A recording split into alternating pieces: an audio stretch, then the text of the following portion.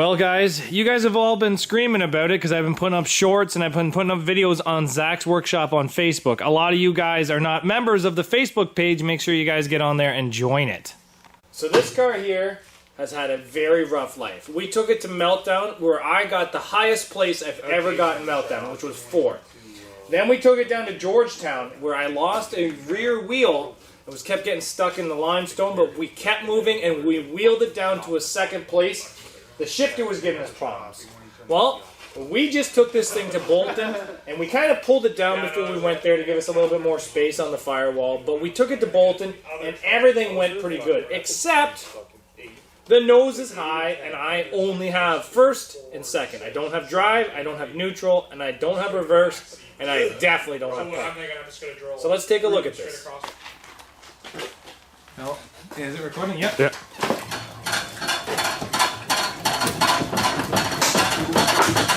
Running it back!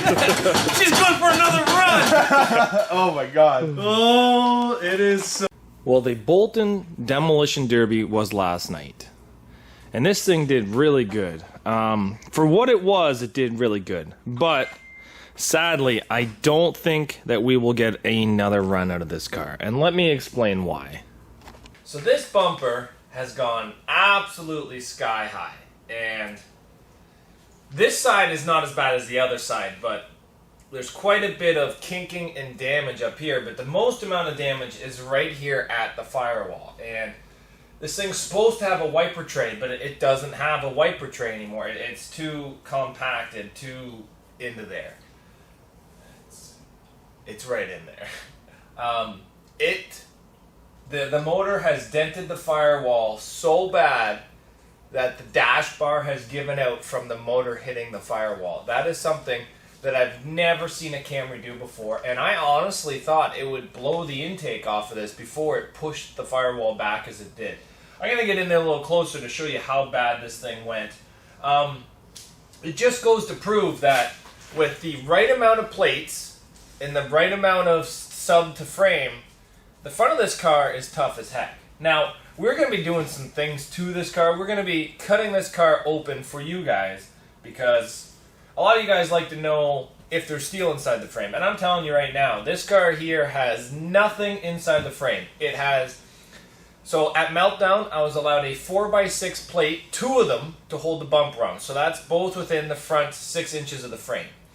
Then I was allowed a 4x4 repair plate on the frame, and I was allowed another 4x4 repair plate on the frame, but I never put on the frame, I put on the sub. So at Meltdown, I had a total of 4 repair plates. Then when this thing went to Georgetown, I was able to add 2 more 4x4 repair plates, and I was allowed to add threaded rod from sub to body. That right there, the sub to body, makes a huge, huge, huge difference. Something like that could take a car and take it from night to day because it completely changes the front of these cars. And at Georgetown, we were allowed to bend the body down and weld the body to the sub at the front 1 inch, which is, again, another game changer. If I was allowed to do that for Meltdown, which apparently I was allowed because other guys did it when they're going to the finals, but I didn't know until I was past tech again, so I was a little upset about that. But what I'm trying to say is the right amount of plates in the right places can make the difference of these cars. So let's take a look around. So this car here completely gave out the firewall. Like this piece here is supposed to be like 5-6 inches wide right here, and you can actually see that this whole dash bar, the wiper sill is actually supposed to have like a half moon shape to it, but now it's half mooned in. So this is bad. This is really bad. The intake has actually dented the firewall. This is where the throttle position sensor used to be, and that's where the throttle position sensor died, was right there. So this thing here has come back quite a bit. The whole wiper cowl was actually ripped away completely from the car. Let's go take a look at, power steering, alternator. The belt is still on there, but the power steering is trying to get it off. Over here, we have quite literally the same thing. I can't push the brakes anymore because the little adjuster pin has pushed the brake pedal out, and then it's back against the floor. This side here, that's how high the hood normally goes. Like, this side here is completely done. The frame is in there, the brake booster's pushed back. I did lose all rear gears in this, and nothing actually happened except for, I don't know if you can see it through this hole, but the subframe has came so high that it's into the transmission, because the subframe is all dented up on this thing. So I think I was hitting with the subframe near the end. So there you go. A dash bar in this would have done something, but honestly, I don't think it would have done a whole lot. Like, honestly, maybe if I ran the dash bar tight to the firewall, but all of our rules say you can't do that. Must be like not, what is that word? Contoured to the firewall. Yeah, the computer's all shoved in because the frame rails came back so bad. We're going to get this thing cut apart and maybe see it a little bit better here in a bit. Back here, everything didn't really move because I had no reverse. And all my little magoovery of parts there, picking up random steel off my floor and welding to the rear arms, actually paid off because it stayed together. Guys, we didn't lose a single tire on this thing.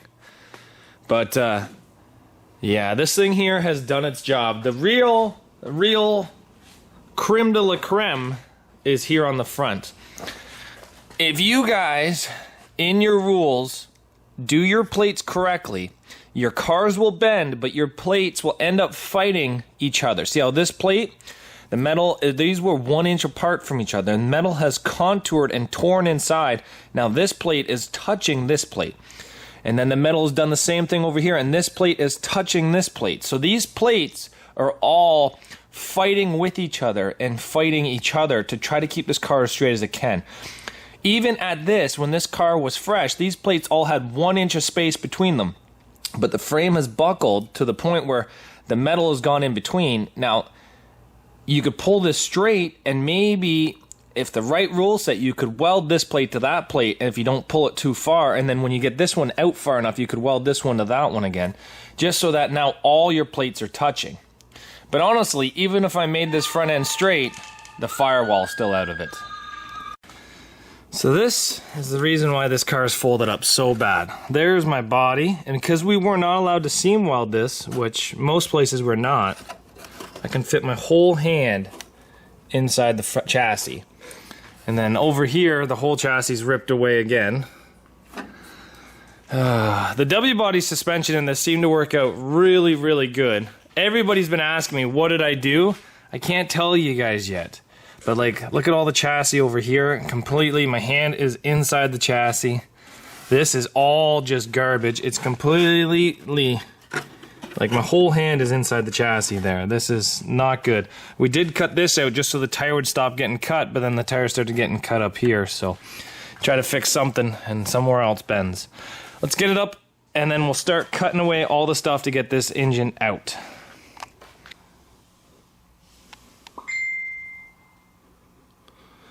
Well, we started just cutting it away. I pretty much just cut down here, and then it had ripped apart the entire way, so it just kind of like fell off once I cut here and here.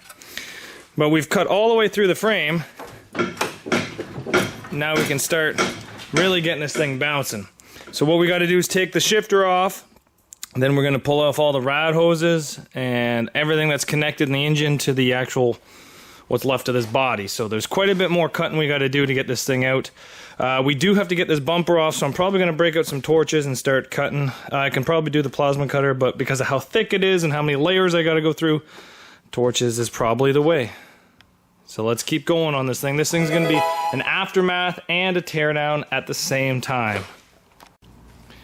Well guys, this aftermath's kind of taken a weird turn because I just got overzealous and started cutting.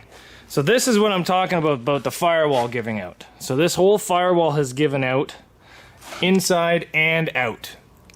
So you can see about how bad this is. You can see the brake booster's been dented and dented. And yeah, it's not going great. we got the motor away from the firewall, so you can see how bad the firewall's punched in. Now let's come on over to this side. The frame on this side, we've kind of pulled it down a bit, just cutting everything away. But this side here is 100 times worse. Like, I didn't even have to cut any of this to get this off.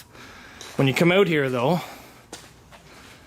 like, there's all my strut towers. I pretty much didn't even have to cut those off. There's my passenger side front frame rail. I did have to cut that, and I did have to cut the sub. All the chunks of repair plates on there. Everything's all there. This thing came apart. It's kind of hard to take apart, but it did come apart. But we're gonna have to leave it there because I gotta go to work. So tomorrow we're gonna be out here and we're gonna be taking this thing the rest of the way apart, and we're gonna be getting the motor out and then hopefully starting on the cage and getting that out of there. Some of this stuff's gonna be harder to get out, like these cables to my alternator are crushed.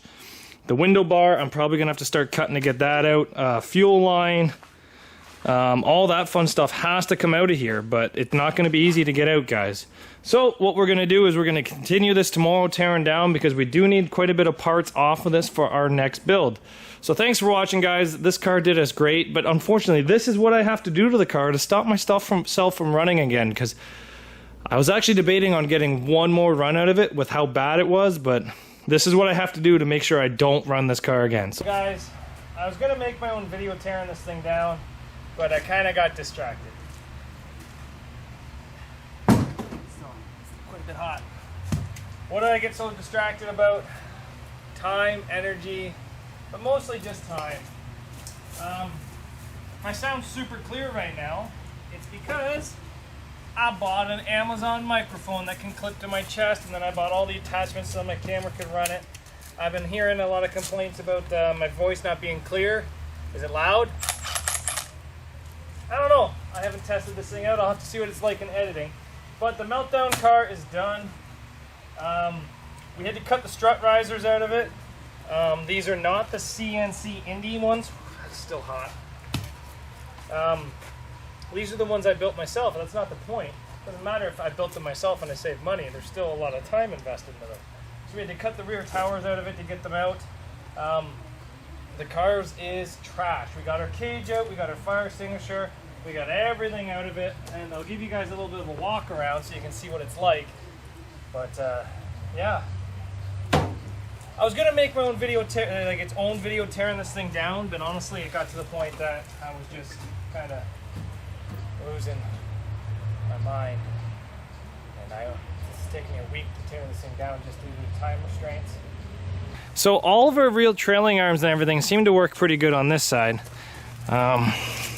Strut's a little bent, not too bad. But as you guys remember, we just kind of MacGyvered this side together with all the random pieces of steel we found laying in our garage, and it actually held together. Don't know if I took a shot over here or not. The floor in the back here is pretty much torn right out of the car. As you can see, it torn right across there. And the only thing that kept it together was some 9-wire and the cage. The real damage is up here at the firewall. So the whole firewall's out of this car. Like, it's completely bad. But you can see where the firewall is completely ripped away on both sides. You can see the creases. Like, this should be flat coming down, not have that giant crease across there. The brake booster's through there. The wiper tray is completely gone. You guys can see that the wiper tray just doesn't exist anymore. It's actually so bad I couldn't get my cables out that I ran through it, and that's from my alternator. So those things are going to be sacrificed to the scrapyard. But this was a good car, and it did me good. It took 4th place at Mini Meltdown 2024, took 2nd place at Georgetown, and then it took 2nd place at, to be honest, they gave me 2nd, but I think I got 3rd in Bolton. So you know what, it did top 5 finishes its entire life, but Meltdown was probably my most honored one with this car, and it took a lot of time. I spent a lot of time building this one, and it's going to be really sad to see Meltdown going. I'm happy I was able to get their logo on my car for one of the very last shows that they were doing in the, well, I guess it's the last year of the show. So, I don't know. It's sad to see Meltdown go, and it's sad to see this car go, but not much I can do. Thanks for watching, guys. See you back here later on Zach's Workshop.